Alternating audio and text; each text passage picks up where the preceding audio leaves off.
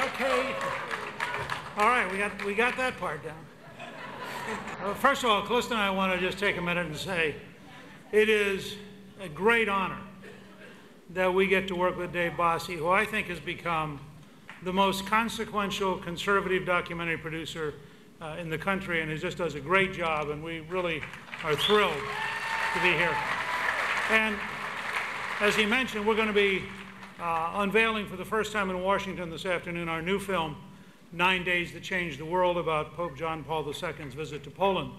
But in addition, he has a great new film, Generation Zero, which I hope all of you are going to look at and take advantage of, which helps put the economic challenge right exactly where it needs to be. So it's a thrill to be back with Dave. With Dave Keene's help, we sort of made this a habit the last few CPACs. I think this is the most important CPAC meeting since Ronald Reagan came and said that we have to have no pale pastels, but bold colors.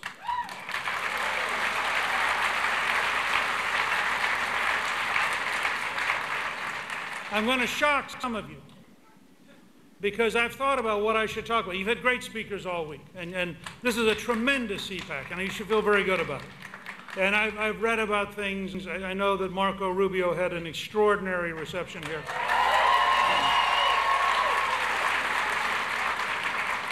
I worked with Marco when he was beginning to develop the concept of 100 new ideas for Florida's future, back when he was the speaker designee, and he did a great job of an idea-oriented conservatism as speaker in Florida, and I know that it was very exciting.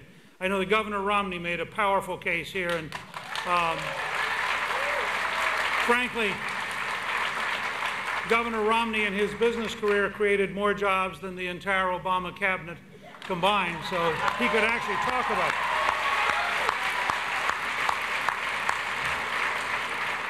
And I know that Governor Tim Pawlenty came and did a great job and focused correctly. And Governor Pawlenty focused correctly that our rights come from God, and that makes us a unique country, and that our sovereignty is God-given and not politician-defined. So I thought to myself, with this quality, with these people who have already done such a wonderful job, what could I bring that was unique? And Dave hinted at a little bit of it a while ago. So I'm going to talk today about principled bipartisanship. Now, I don't know that anybody's ever talked about this at a CPAC convention, and I'm not totally sure that Dave Keene and others will ever invite me back when I get done. But there's a very practical reason for talking about it. Before I do, though, because I am a historian by training, I want to correct one thing that Senator Bayh said the other day that I was shocked by. Senator Bayh said that if he resigned and went into the private sector and created one private sector job, that would be more jobs than the Congress had created in the last 6 months. I think that's an exaggeration.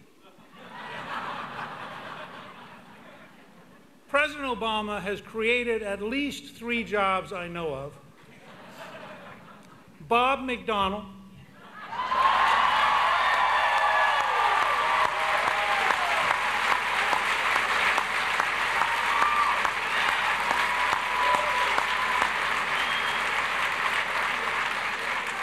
Chris Christie,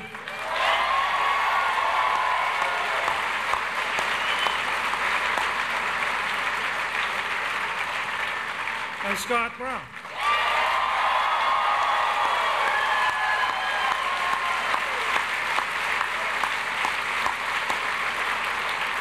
And I guarantee you, as a historian, without Barack Obama, Scott Brown could not have won in Massachusetts.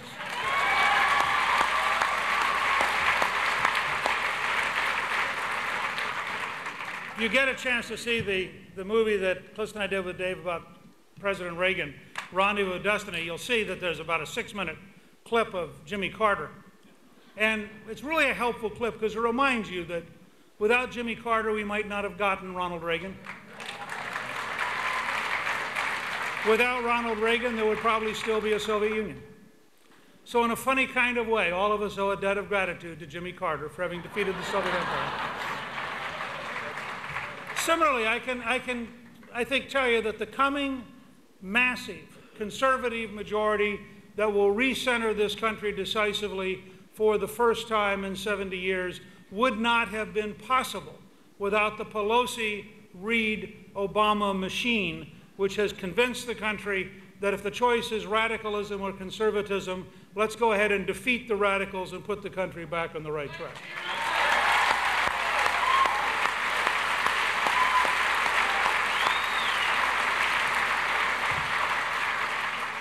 And make no mistake about it. One of my bosses was up here a few minutes ago, the head of Regnery Publishing, so on her behalf I will say I have a book coming out this spring called To Save America. Because I believe, and I would never have said this at any time before now, I believe we are now in a struggle over whether or not we are going to save America. I believe that the radical left is a secular socialist machine so dedicated to values destructive of America that if it is allowed to remain in power, whether that's in Sacramento, or that's in Albany, or that's in the city council, or that is in the federal government, that machine is antithetical to the survival of America as a prosperous, healthy country based on sound principles.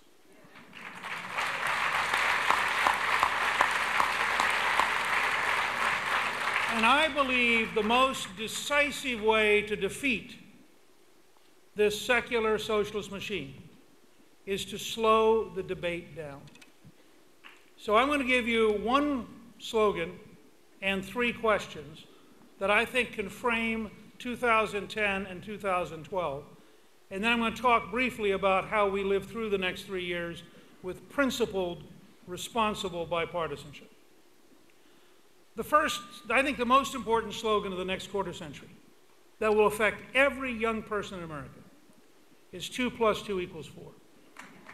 I know it's brave, bold, out on the edge. I know a few of you are sitting there going, let me get this straight. After all, with our current education system, I'm taking a risk.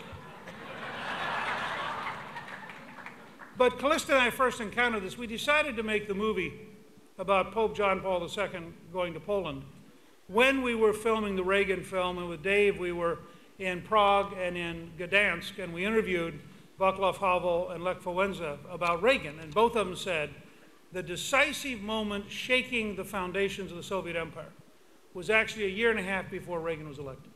It was in June of 1979 when Pope John Paul II went back home for 9 days, aroused the people of Poland. 1 out of every 3 Poles came to a meeting place. As one of them says in our film, they looked around at the millions of people in Warsaw and they suddenly realized there are more of us than there are of them. And they never again were intimidated.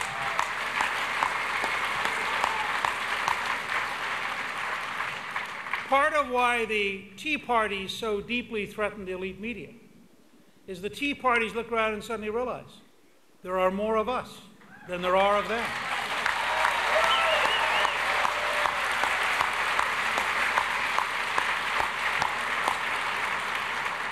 Part of the reason that the concept of a contract from America is so creative is it actually suggests that Americans, not lobbyists, not union leaders, not the Harvard faculty, but just everyday folks, ought to have a direct role in coming up with ideas for their country's future. And that's exactly the right direction.